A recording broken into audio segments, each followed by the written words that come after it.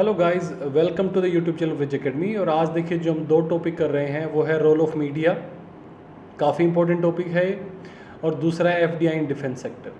देखिए FDI in defence steps towards self reliance और retrograde, ये समझना कि एफडीआई इन डिफेंस जो है बढ़िया है कि बेकार है, और दोनों ही करंट से टॉपिक है, काफ़ी ज़्यादा इंपॉर्टेंट है। तो चलिए स्टार्ट करते हैं पहले टॉपिक से, that is role of media. देखिए सबसे पहले बोलता है कि जो मीडिया है इसके अंदर क्वेश्चन एक ऐसे भी आ सकता है, हो सकता है कि डायरेक्टली आपसे ये पूछ ले एस्से में, ये सीधा सीधा टॉपिक बन सकता है एस्से का। रोल ऑफ मीडिया में थोड़ा लार्ज लेवल पर डिस्कस कर रहा हूँ, थोड़ा ब्रॉडर वे में, लेकिन सिंपली ये पूछ सकता है media's duties to inform public not manufacture opinion discuss, है ना। इस तरह से एक ऐसे का टॉपिक आ सकता है। उसके बाद देखिए बात ये कर रहे हैं कि मीडिया कहाँ से आया। मीडिया जो टर्म है डिराइव हुई मीडियम से। मीडियम का मतलब क्या होता है, करियर, है ना, करियर और मोड। तो जिससे करियर और जिससे आपके पास इंफॉर्मेशन पहुंचे। तो यहाँ पे with the passage of time the term broadened by inventions of radio, TV, cinemas, internet, ये बाद में ऐड हो गए हैं। पहले मेनली क्या था, initially it was all about newspapers and magazines, है ना, न्यूज़पेपर था पहले। तो कह रहे with the passage of time अब जो है invention of radio, TV, cinemas, internet, ये सब भी मीडिया के पार्ट हो चुके हैं, है ना। पहले ज़्यादातर न्यूज़पेपर और मैगजीन रहते थे। अब एक इंट्रोडक्शन के लिए कोट अगर आप लिखना चाहें तो this is a good quote, मुझे अच्छी लगती है कोट काफ़ी। देखिए Mark Twain's once said, if you don't read the newspaper you are uninformed, if you do read the newspaper you are misinformed. तो मतलब यहाँ पे ये कहना चाह रहा है कि जो मीडिया है कई बार सही इन्फॉर्मेशन नहीं देती, ये बताना चाह रहा है। अगर आप नहीं पढ़ते तो आपको बिल्कुल जानकारी रहती, अगर आप पढ़ते हैं तो आपको गलत जानकारी रहती है। तो ये बड़ा डिलेमा है। तो देखिए बहुत सारे स्कॉलर्स ने डिफाइन किया है मीडिया को as a fourth pillar of nation, है ना। फोर्थ पिलर कैसे, एक आपका लेजिस्लेटिव, एक एग्जीक्यूटिव, जुडिशरी। तो फोर्थ पिलर इसने कहा है कि मीडिया है, और मीडिया बहुत इंपॉर्टेंट है। इंडिपेंडेंट काम होना चाहिए मीडिया का, अच्छा काम होना चाहिए, बड़ा ही ट्रांसपेरेंट काम होना चाहिए। तो यहाँ पे कई बार ऐसे बोला जाता है कि it is referred as backbone of democracy, क्योंकि डेमोक्रेसी के अंदर जो गड़बड़ काम चल रहे हैं, जो रियल इन्फॉर्मेशन अगर लोगों के पास नहीं पहुँची तो डेमोक्रेसी नहीं है वो, है ना। तो इसलिए कह रहा है it is backbone of democracy. In shaping democracy it plays a paramount role. क्यों? क्योंकि यही इन्फॉर्मेशन प्रोवाइड करता है हम लोगों को। मीडिया से इन्फॉर्मेशन मिलती है, और इवन रिमोटेस्ट एरिया से भी हमारे पास इन्फॉर्मेशन आ जाती है। आजकल तो रिमोटेस्ट एरियाज ऑफ वर्ल्ड बोल सकते हैं हम, सिर्फ इंडिया नहीं, तो वहाँ से इन्फॉर्मेशन आती है, और that is the role played by media. उसके बाद देखिए नॉर्मली ये माना जाता है, रिसर्च यही बोलते हैं रिसर्चर्स की मेजॉरिटी पीपल टेलीविजन और न्यूज़पेपर के ऊपर ही डिपेंड करते हैं as primary source. Primary source का मतलब है कि पहला यही नंबर है, क्योंकि सबसे इंपॉर्टेंट इसी को माना जाता है।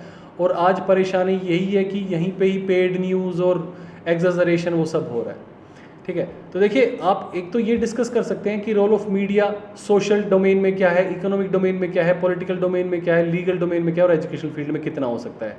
जैसे आप यहाँ पे चैनल्स डिस्कस कर सकते हैं। पहले जो तरंग वगैरह सीरियल्स आते, यूजीसी इग्नू प्रोग्राम्स आते थे, तो सिर्फ मीडिया ऐसे ना समझे कि न्यूज़ की बात है, यहाँ पे अलग अलग रिलेशंस हो सकते हैं। मीडिया अलग अलग तरह से अप्रोच किया जा सकता है। तो यहाँ पे आप सोशल, इकोनॉमिक, पॉलिटिकल, लीगल अलग अलग तरह से अप्रोच बता सकते हैं मीडिया की। उसका देखिए मीडिया का पर्पज़ क्या हो सकता है, मीडिया का पर्पज़ भी डिफरेंट हो सकता है। पहला कह रहा है कि एक तो फर्स्ट जैसे हम डिस्कस करना चाह रहे हैं कंसेंट के बारे में, तो न्यूज़ एंड करंट अफेयर्स है। उसके बाद एंटरटेनमेंट है, पॉलिटिकल अवेयरनेस है, एजुकेशन है, पब्लिक अनाउंसमेंट्स अगर कुछ करनी है, ब्रॉडकास्ट कुछ करना है, और एडवर्टीजमेंट, है ना। अभी परेशानी मुझे ये लगती है पर्सनली कि एडवर्टीजमेंट ज़्यादा बढ़ गया है, तो इसीलिए लोग जो थोड़े से बायस्ड हो जाते हैं, जो जर्नलिस्ट और जो मीडिया पर्सनस हैं वो, ठीक है। उसके बाद देखिए बात ये कर रहा है कि it is a powerful tool, influence people example in natural calamity. ये आप थोड़ा सा अच्छा डिटेल में डिस्कस कर सकते हैं, डिस्कस इट इन डिटेल। थोड़ी सी बातें बताइए यहाँ पे कि जैसे नेचुरल कैलेमिटी में मान लीजिए कोई हेल्पलाइन नंबर्स देने हैं, किसी को इन्फॉर्म करना है कि क्या चल रहा है वहाँ पे, तो लाइव जो है कवरेज जो होती है मीडिया की वो बहुत ज़्यादा हेल्प कर सकती है। और लिस्ट भी निकाल सकते हैं, ब्रॉडकास्ट भी वहाँ से इन्फॉर्मेशन कर सकते हैं। तो it is a powerful tool, और नो डाउट नेचुरल कैलेमिटी के टाइम बहुत हैंडी आता है मीडिया, और बहुत ज़्यादा हेल्पफुल है, ठीक है। उसके बाद देखिए हम बात करें कि क्या परेशानी है आज की डेट में, क्या इश्यूज़ हैं। मेजर रीजंस क्या हैं, ड्यू टू रैम्पर्ट करप्शन, और मीडिया कैन बी कंट्रोल्ड। हम ये मानते हैं कि मीडिया जो है should be like free from biasness. तो यहाँ पे कह रहे हैं कि जो करप्शन बढ़ता जा रहा है उससे मीडिया कैन बी कंट्रोल्ड। उसके बाद देखिए सिर्फ एक ये कारण नहीं है कि मीडिया कंट्रोल है, और भी एडिशनल पॉइंट्स हो सकते हैं। ये अगर हम बोले सिर्फ करप्शन की वजह से मीडिया खराब हो रहा है तो इट वॉन्ट बी राइट। तो यहाँ पे हम अलग अलग पॉइंट डिस्कस करें कि एडिशनल पॉइंट्स क्या क्या है behind a manufactured opinion. Manufactured opinion के बारे में बात कर रहा हूँ कि बनाया हुआ ओपिनियन है, जो रियल ओपिनियन नहीं है। तो कह रहा है fear among journalist make them to change the news. डर लगता है लोगों को किसी को खुलासे करने में, विकीपीडिया टाइप्स करने में चैलेंज लगता है लोगों को, तो इसलिए नहीं कर पाते और वो न्यूज़ को चेंज कर देते हैं, रियल न्यूज़ नहीं दिखा पाते। दूसरा कह रहा है डिपेंडेंसी ऑन एडवर्टीजमेंट्स। कि एडवर्टीजमेंट से पैसा आता है तो उसके ऊपर रेवेन्यू वहाँ से आ रहा है, तो इसीलिए they turn towards yellow journalism, है ना। येलो जर्नलिज्म यही बोलता है कि जब पैसे के लिए कोई काम इस तरह से किया जाए, कोई खबर दिखाई जाए, दैट इज़ येलो जर्नलिज्म। उसके बोलता है fear mongering by news channels favour to some vested groups interest. क्योंकि देखिए यहाँ पे सिंपली ये कहना चाह रहा है कि कुछ जो ग्रुप्स होते हैं वो स्पेशली किसी चैनल्स को टारगेट करते हैं, कोई किसी को सपोर्ट करते हैं, इस वजह से जो है news channels free from biasness नहीं हो पा रहे हैं। उसके बाद वीक पीसीआई मिनिस्ट्री, है ना, प्रेस कंट्रोल ऑफ इंडिया, और मिनिस्ट्री कह रहा है कि काफ़ी ज़्यादा कमज़ोर है, अनचेक्ड ग्रोथ हो गया न्यूज़ चैनल का, आजकल बहुत सारे नंबर्स हो गए हैं, प्राइवेट प्लेयर्स काफ़ी ज़्यादा आ गए हैं, तो इसीलिए भी न्यूज़ का जो कंटेंट है वो सही नहीं हो पा रहा है और बहुत ही ज़्यादा बायस्ड न्यूज़ आ रही है। उसके बाद देखिए ये भी कुछ एक दो ऐसी घटनाएं हुई हैं कि killing of journalist and intellectuals, तो अब यही रीज़न है कि जो फियर यहाँ पे बोला था कि fear among journalist make them to change the news. उसके बाद कहीं ना कहीं मॉरल्स और एथिकल वैल्यूज़ गिरी हैं हमारी सोसाइटी की, तो जब सोसाइटी गिरी है तो उसके अंदर जर्नलिस्ट की भी थोड़ी डाउन ही गई है ना, तो इसीलिए बोल रहा है कि lack of ethical stands among journalist, ठीक है। तो अब देखिए इससे होगा क्या, अगर ये सब गड़बड़ी चल रही है तो इससे रिजल्ट क्या होगा, it will be a biased media, ownership ज़्यादा प्राइवेट की आ रही है, मॉडर्न ड्रामेटाइजेशन आ जाएगी देन एक्चुअल फैक्ट्स, मतलब एग्जेजरेशन, ब्रेकिंग न्यूज़ बताएंगे कि क्या हुआ है ब्रेकिंग न्यूज़ में स्पेशल, मतलब बहुत ही ज़्यादा एग्जेजरेशन करके छोटी सी बात को बहुत ज़्यादा बड़ा चढ़ा के दिखाया जाता है, ऐसा लगता है जैसे यही सब कुछ है, जबकि ऐसा नहीं है, एग्जेजरेशन ज़्यादा होती है। तो जब एक मीडिया जो है, अगर जो बिक गया मीडिया जैसे बोलते हैं, बिका हुआ मीडिया होगा या बायस्ड होगा, तो ये सब चीज़ें होंगी, ठीक है। अब देखिए रिसेंटली इसलिए बोल रहा हूँ क्योंकि अभी जो एक टॉपिक है रिसेंटली इसलिए इंपॉर्टेंट है क्योंकि देखिए यहाँ इतने सारे सिचुएशंस है, सिटीजनशिप अमेंडमेंट एक्ट आया, नेशनल पॉपुलेशन रजिस्टर आया, किसान आंदोलन आया, इन सब के अंदर ही गवर्नमेंट और पीपल की भारी डिस्कशंस हुई हैं, मतलब इश्यूज़ रहे हैं, जो हमने देख लिया अभी लाल किले पे भी जो हुआ था वो सब भी रहा है।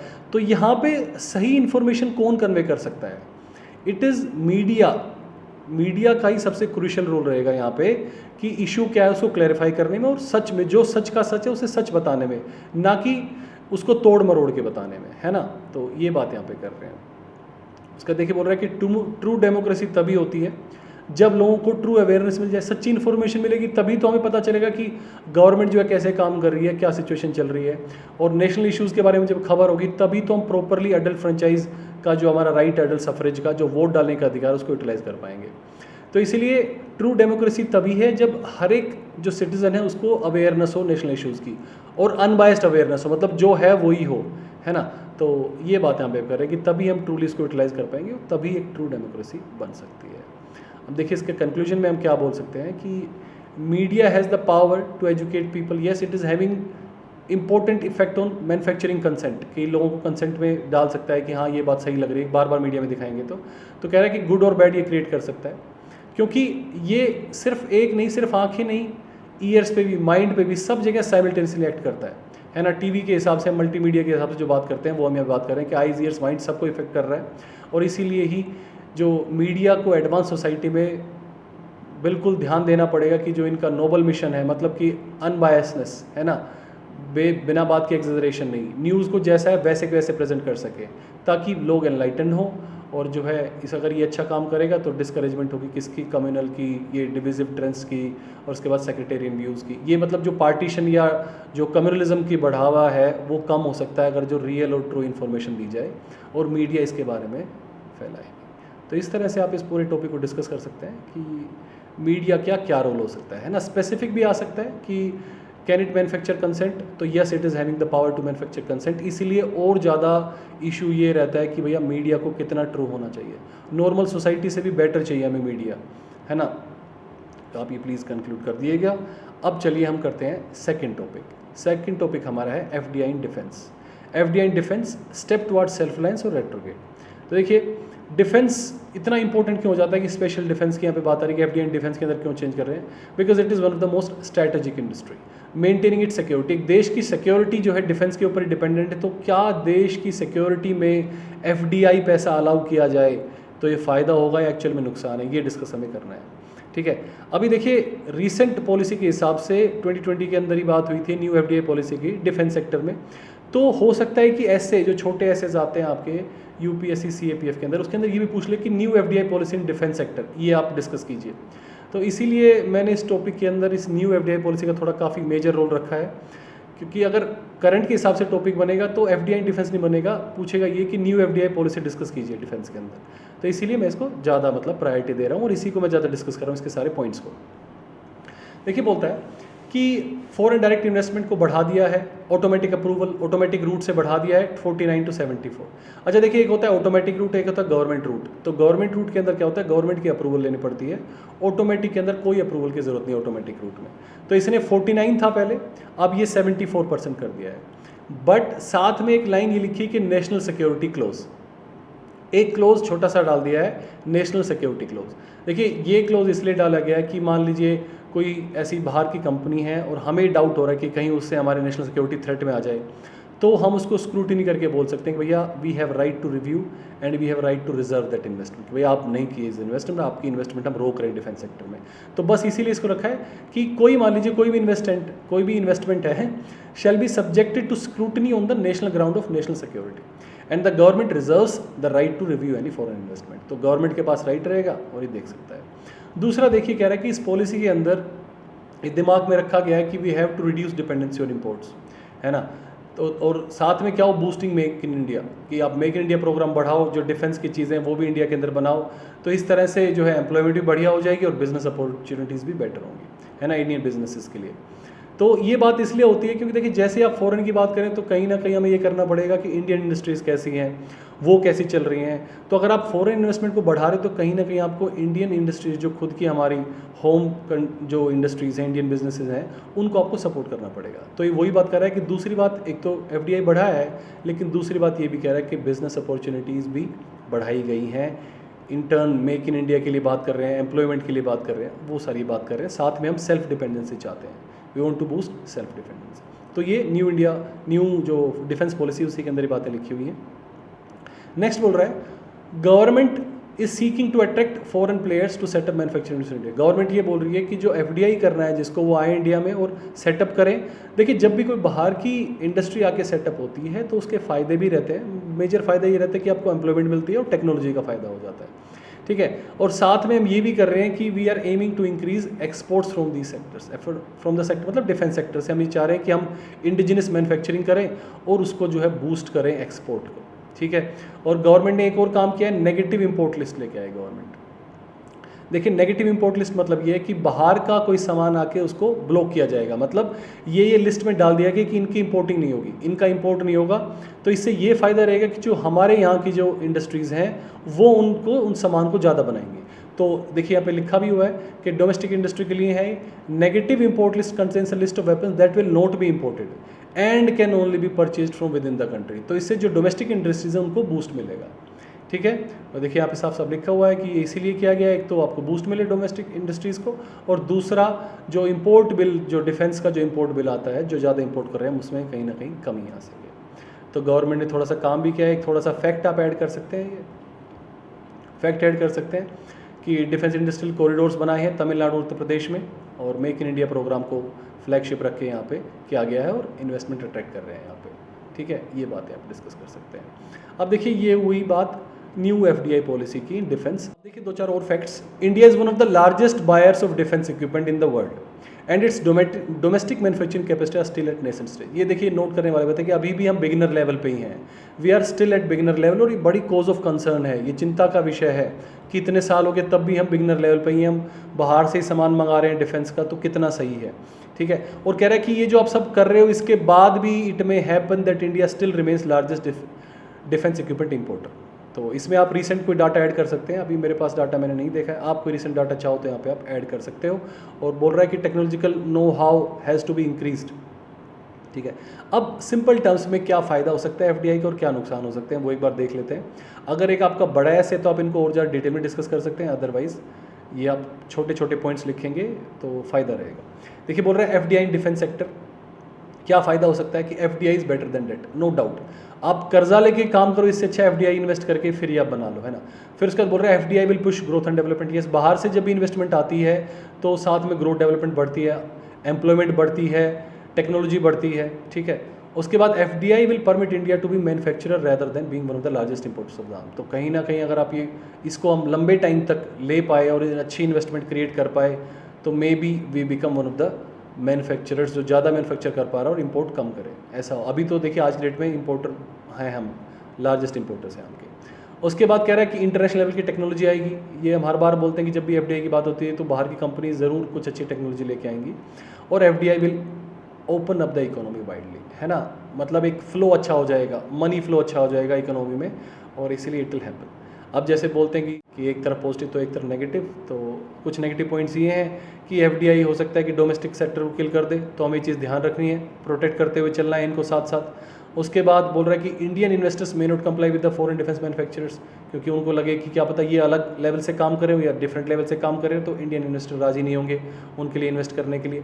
दूसरा, ये माना जाता है कि बाहर की जब कंट्री की जो कंपनीज आएंगी तो उन्हें पता रहेगा कि हमारे पास कितनी लिमिट है, मैन्युफैक्चरिंग लिमिट, और ये एक डिफेंस की सिक्योरिटी के हिसाब से काफ़ी ज़्यादा चिंता का विषय, कॉज ऑफ कंसर्न है, ठीक है, it is a cause of concern. उसके बाद देखिए थोड़ा डिटेल डिस्कस करना चाह रहा था मैं कॉन्स ऑफ एफडीआई की, क्या परेशानी हो सकती है एफडीआई की।